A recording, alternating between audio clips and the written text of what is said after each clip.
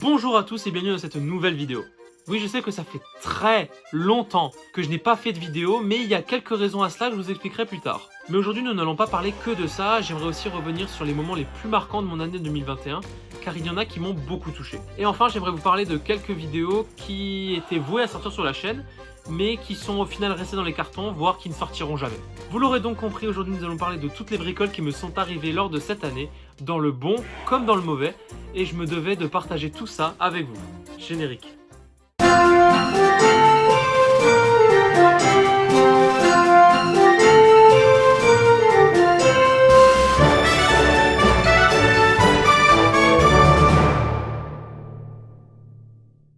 Pour commencer, j'aimerais tout de même vous expliquer pourquoi je me suis absenté pendant près de 3 mois sur cette chaîne, alors que je suis resté plutôt actif sur mes autres réseaux sociaux. Premièrement, entre ma vidéo à Fantasyland et aujourd'hui, s'est déroulée la rentrée des classes en septembre. Et moi, étant maintenant rentré dans le merveilleux monde des études supérieures, eh bien je n'ai pas du tout assez de temps pour trouver des idées, écrire, tourner et monter des vidéos, comme je le faisais en début d'année ou même pendant les grandes vacances. Vous me direz sans doute qu'il y a déjà eu 2 périodes de vacances scolaires, plus une qui arrive encore bientôt, donc que je pourrais m'en charger.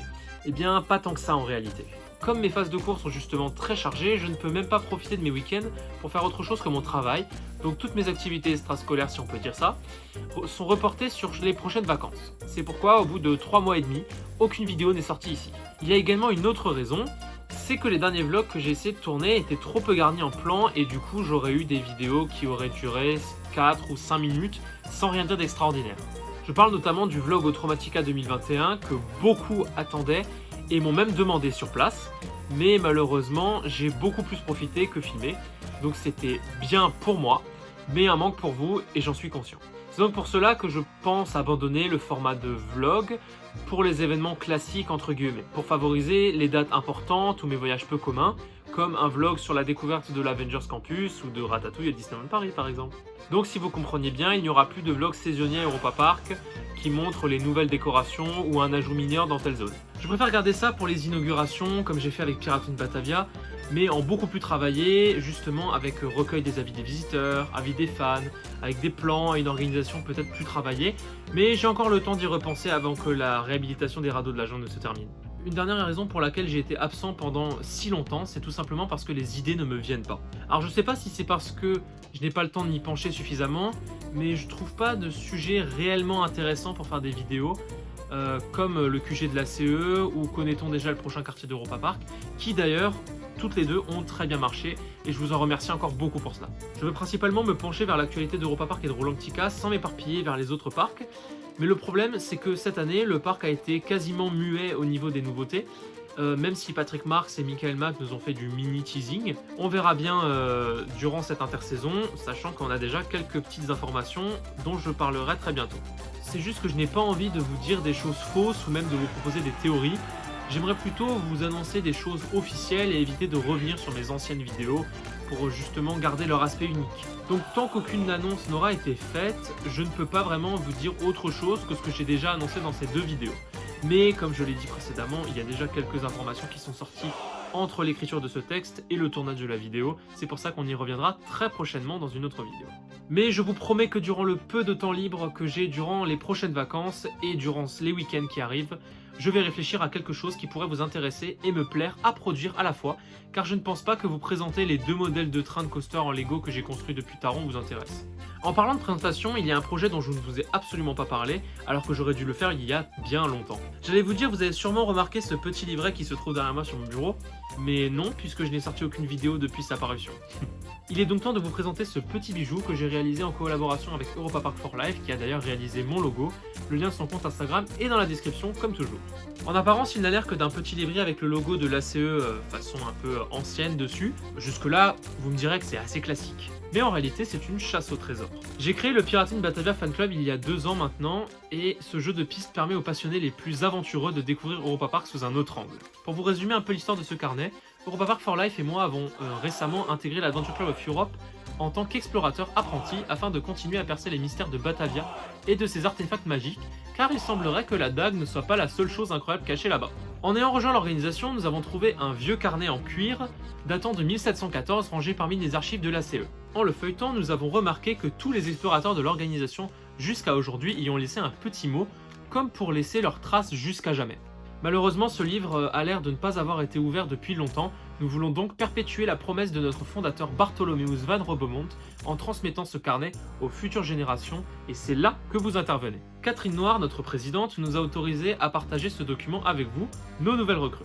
Votre mission, parcourir Europa Park et ses recoins pour répondre aux énigmes et terminer les récits des aventuriers les plus marquants de la CE. Peut-être qu'en donnant toutes les bonnes réponses et en terminant l'ouvrage en y mettant votre petite touche personnelle, vous aurez bientôt la chance de gagner des badges exclusifs et même peut-être une réplique du légendaire Tigre de Feu.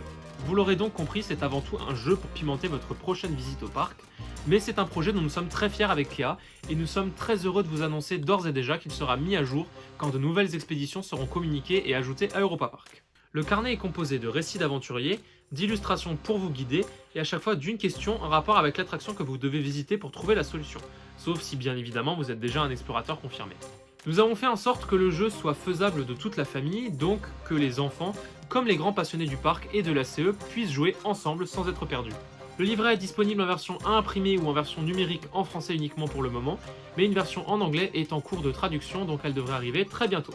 Si vous souhaitez essayer, demandez-moi sur Instagram, Twitter ou sur le compte Instagram du PIB Fan Club, je serai ravi de voir votre intérêt pour notre projet naissant. Maintenant qu'on a parlé de ce petit bébé, passons en revue les moments les plus marquants de mon année 2021, car je pense que c'est celle où j'ai eu le plus augmenté mon coaster count.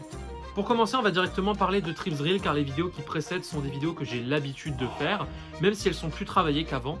Et d'ailleurs, la plupart ont super bien marché. Je vous en remercie encore beaucoup pour cela, car je crois qu'en passant de EP Ride Fan à Sacha Atlantis, j'ai gagné un peu plus de 120 abonnés en même pas un an. C'est juste génial. Je sais que même si par rapport à d'autres c'est presque insignifiant, mais pour moi ça signifie beaucoup. Et franchement, je vous en remercie encore beaucoup. Je ne saurais pas comment le faire pour l'instant. Donc pour résumer ma journée à Trip Drill, en plus de la vidéo que j'ai tournée, j'ai premièrement eu le droit à une superbe visite grâce à mon guide Antoine, qui apparaît souvent sur la chaîne de Europa Park Forever, avec qui j'ai pu partager une plus que bonne journée. Le parc est juste magnifique avec toute cette verdure, ces espaces vides de plaine qui laissent des points de vue sur certaines attractions absolument géniaux. Al Superkopf comme Carajo sont mes deux coups de cœur. Après, on a quand même pu faire tous les coasters 2 voire 3 fois dans la journée alors qu'on est parti vers 16h, donc c'était vraiment une journée calme. En revanche, on a mangé à 14h voire 15h pour éviter l'affluence au stand de nourriture, mais autrement, on a fait plein de trucs, même des flats très impressionnants alors que dès l'extérieur, ils ne payaient pas de mine. Mais c'était globalement une très bonne journée, donc si vous avez l'occasion d'y aller, faites-le, car même si le parc est petit et peut se faire très largement en une demi-journée, quand il n'y a pas de monde, profitez-en, c'est un parc absolument splendide. Je ne parlerai pas de Walligator ici car je crois avoir tout dit justement dans la vidéo que j'ai tournée, car très honnêtement c'est un des vlogs dont je suis le plus fier pour cette saison, car je ne crois pas avoir oublié une seule chose à dire, et la preuve c'est celui qui a le mieux fonctionné pour le moment.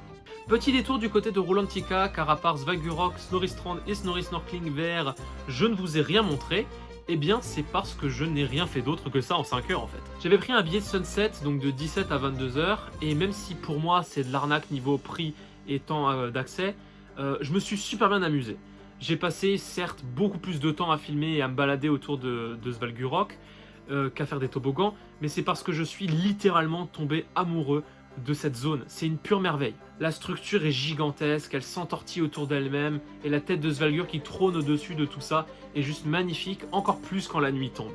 Bref, pour moi, le premier ajout majeur de Rulantica est une véritable réussite, et j'ai très hâte de voir où et comment ils vont intégrer la nouvelle attraction cette année. Avant-dernier événement marquant de cette année 2021, mon retour à Phantasialand après 2 ans. Je ne vais pas trop m'étaler là-dessus non plus, car je pense avoir dit ce que j'avais à dire concernant le parc en général dans le vlog. Mais concernant mon ressenti sur Rockburg spécifiquement, j'ai tourné une vidéo d'1h30 sur le sujet que je n'ai malheureusement pas pu importer sur mon ordinateur pour le moment. Mais je vous promets qu'elle sortira un jour, car j'ai pris un plaisir incroyable à la tourner et j'adorerais vous la partager. Comme ça, vous aurez mon avis sur Phanta et sur Rockburg dans 2 vidéos bien distinctes, mais au moins, vous aurez les deux. Pour finir, j'aimerais revenir sur les Traumatica de cette année, que j'ai malheureusement trop peu filmé pour vous montrer ça sous format vidéo. En bref, l'ambiance était à peu près la même qu'en 2019, mais bien évidemment plus vide à cause du manque d'acteurs. Les maisons étaient globalement plus riches en animatronique, et certaines ont complètement changé par rapport à la saison précédente, ce que moi j'ai adoré personnellement. Mon classement frayeur a complètement été renversé comparé à 2019. Par exemple, Ghouls est passé de première à dernière à cause de trop de fumée. pas assez de lumière, on voyait rien car la fumée gâchait tous les effets. Les stroboscopes qui essaient d'éclairer les acteurs qui sortaient brutalement, en fait en éclairant la fumée on voyait que des ombres. Donc j'ai pas du tout eu peur et c'était vraiment très déstabilisant. En revanche, j'ai adoré Resistance grâce au jeu de rôle qui a été mis en place cette année. Même dans la Scare Zone aussi, la Scare Zone Resistance, il y a aussi eu un petit jeu de rôle comme ça. Et le changement total de parcours, c'était vraiment incroyable, même si je suis sûr que j'ai loupé la quasi-totalité des moments de sursaut. Sinon, on n'a quasiment pas du tout attendu au maze de toute la soirée, sauf à The Fallen tout à la fin, on a attendu 40 minutes. Alors qu'en 40 minutes, justement, en tout début de soirée, on avait déjà fait 3 mazes. Mais sinon, outre ça, on a fait 2 tours de Pegasus à la suite, qui de nuit est vraiment plus intéressant que de jour. Et j'ai pu faire toutes les Scare Zones, en plus de toutes les mazes. Donc une soirée parfaite, avec 2 fois Shadows en prime. Donc conseil, si vous voulez éviter le monde, allez-y le premier soir public de l'événement, c'est souvent un vendredi. Vous l'aurez donc compris, j'ai passé une année 2021 riche en nouvelles expériences et en parc, même si la situation sanitaire n'y était pas du tout favorable. J'espère pouvoir en faire autant, voire mieux en 2022, notamment avec l'EP Fan Day qui arrive en mai, et les diverses annonces des parcs européens pour 2022 et des nouveautés 2021 que je n'ai bien sûr pas pu tester encore. J'ai donc déjà un beau petit programme en tête, je vous en reparlerai d'ici là. J'avais besoin de faire cette vidéo pour faire un point sur ce qu'il se passe en ce moment sur ma chaîne et dans ma vie privée, car je tiens à ce que vous ayez des explications sur mon absence et sur le pourquoi du comment, donc j'espère avoir été assez clair et précis, même si la vidéo est assez longue je pense maintenant, mais j'en avais réellement besoin. Merci à tous d'avoir regardé cette vidéo, j'espère qu'elle vous aura plu. N'oubliez pas, si vous voulez télécharger ou imprimer la chasse au trésor sur l'Adventure Club of Europe, envoyez-moi un message sur Twitter, Instagram ou sur le compte Instagram du PIB Fan Club. Ça me permettra également de voir votre soutien pour ce projet. J'espère d'ailleurs que vous avez passé de très bonnes fêtes de fin d'année et je vous souhaite d'ailleurs une très bonne année 2022, pleine d'exploration et d'aventures dans les parcs d'Europe. D'ici là, de toute façon, on se retrouve pour une prochaine vidéo très bientôt sur la chaîne Sache Atlantis. Salut à tous.